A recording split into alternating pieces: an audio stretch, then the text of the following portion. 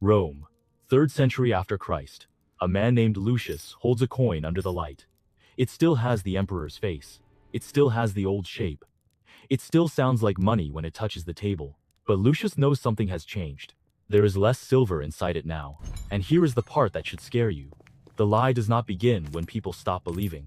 It begins while they still want to believe. History remembers the emperors. It forgets the men who made their coins. Lucius was one of those men. He worked near the imperial mint. He knew the color of good silver. He knew the weight of honest money. He could feel the difference between yesterday's coin and today's with nothing but his palm. But he did not want to be the kind of man who noticed things like that. Not because he was stupid, because his brother was on the frontier, because grain cost more than it used to, because his wife had started cutting bread thinner at supper. Lucius did not want power. He did not want glory. He wanted one thing most of us want, and almost never name out loud. He wanted the world to keep making sense. He wanted the coin in his hand to mean what it meant when his father held one. And that need, that quiet, desperate need for the world to remain logical, is exactly what the empire learned to exploit. Let me tell you something about desperate governments. They rarely announce what they are doing. They announce something else. Rome did not say, "We are weakening your money." Rome said, "The empire must be defended." Rome said, "The army must be paid." Rome said, "The crisis is temporary." Almost every debasement arrives wearing the same costume. Temporary, necessary, responsible. And somehow, temporary measures have a strange talent for becoming the floor beneath the next emergency. The empire was enormous. The borders were hungry. Armies had to be paid. Generals had to be satisfied. Enemies pressed from the north and east. And emperors did not live long enough to think in decades. Many rose through the army. Many died by the army. Every new ruler needed loyalty quickly, so they touched the money, quietly, technically, respectably. Less silver in each coin. More coins from the same metal. The face of the emperor still stamped on top. I want you to notice the elegance of the deception. Nobody has to announce ruin. They only have to call the new coin official. At first, it works. That is the dangerous part. Soldiers are paid. Merchants still trade. Tax collectors still count. Markets still open in the morning. The first reward is not wealth. It is relief. A system that should have stopped moving, keeps moving. For a while, that looks like proof. And here is the cruelest part. Lucius was not wrong to trust his neighbors. They were all trusting each other. The soldier trusted the merchant. The merchant trusted the tax collector. The tax collector trusted the emperor. And the emperor trusted the fiction he had inherited. It was not mass stupidity. It was a chain of reasonable people, each one depending on the person above them not to have already broken the chain. And once enough people are invested in a fiction, truth starts to look like sabotage. Lucius has his first small win, not a triumph. Not prosperity, just a sack of grain bought with a coin he did not fully trust. The seller looks at it, turns it once, presses it with his thumb, then accepts it. That is all. But it is enough. Lucius walks home lighter than before, and he hates that he feels lighter. Because some part of him knows the coin has not become more honest, only more convenient. But the world has just told him the lie still works. And a lie that works for one more day does not feel like a lie. It feels like patience. This is where sunk cost begins to hide inside loyalty. The empire had already gone too far. Too many coins struck. Too many salaries paid. Too many promises made. To admit the money was broken would not only embarrass the emperor, it would embarrass everyone who kept accepting it. So they kept accepting it, not because they were fools. Because turning back would mean confessing that yesterday's confidence was already fear in costume. There is a moment when private doubt becomes socially dangerous. A neighbor says, "The coins spend." That is what matters. A soldier says, "The emperor guarantees them." A tax official says, "The state accepts them." A merchant says nothing, but raises his prices before sunrise. Social proof does not feel like pressure. It feels like information. If everyone is still using the coin, maybe the coin is still money. If the army still takes it, maybe Rome is still strong. If the emperor's face is still there, maybe the silver was never the point. I have felt that old human reflex in other clothes. When a story is large enough, and enough serious people repeat it, doubt begins to feel lonely. And loneliness is one of the most expensive feelings in finance. I have thought about this for a long time, and I still cannot decide which is more frightening. The ruler who first touched the silver, knowing exactly what he was doing, or the rulers who came after, who debased the coin because that was simply the coin they had inherited.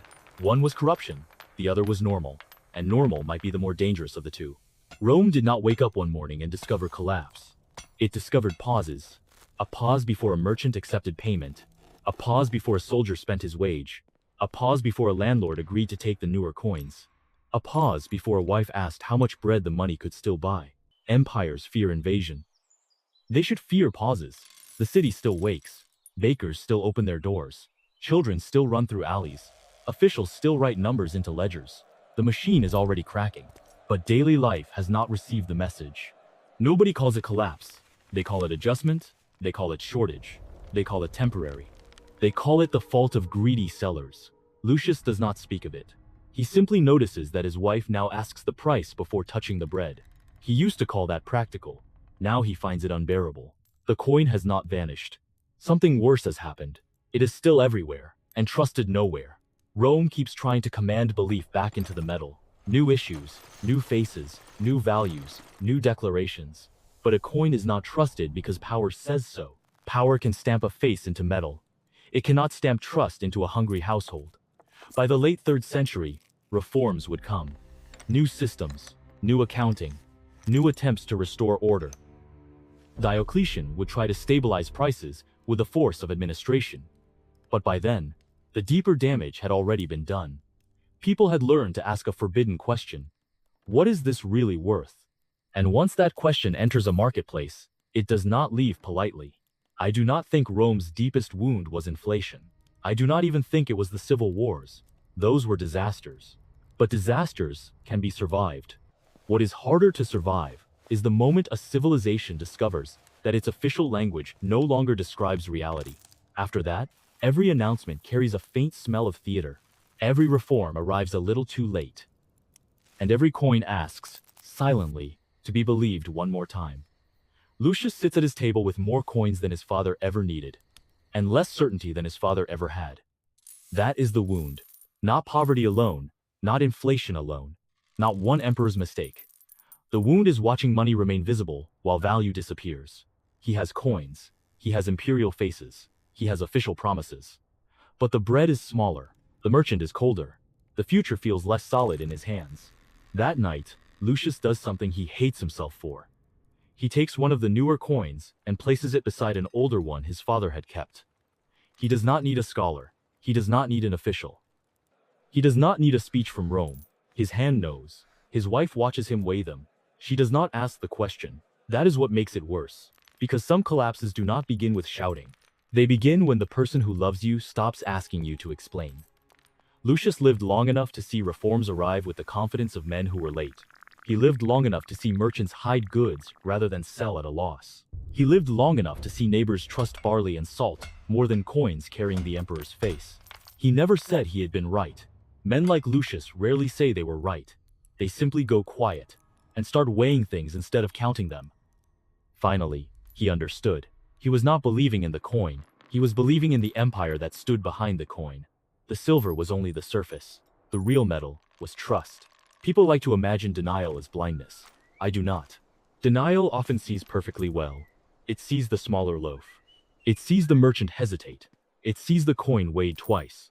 Then it says, not yet. Not today.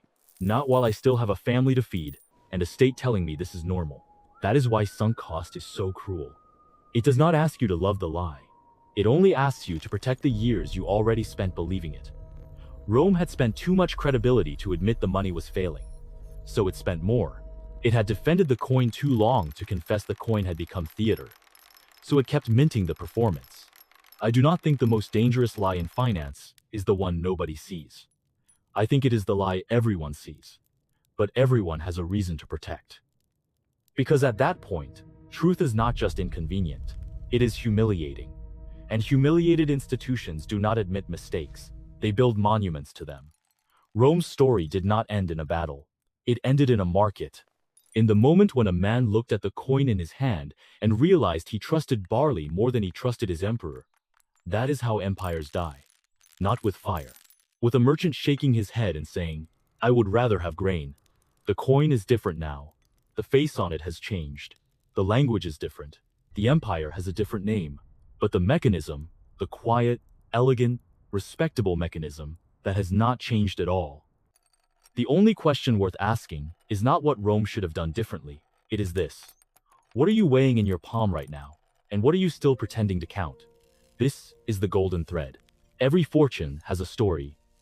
Every story has a warning.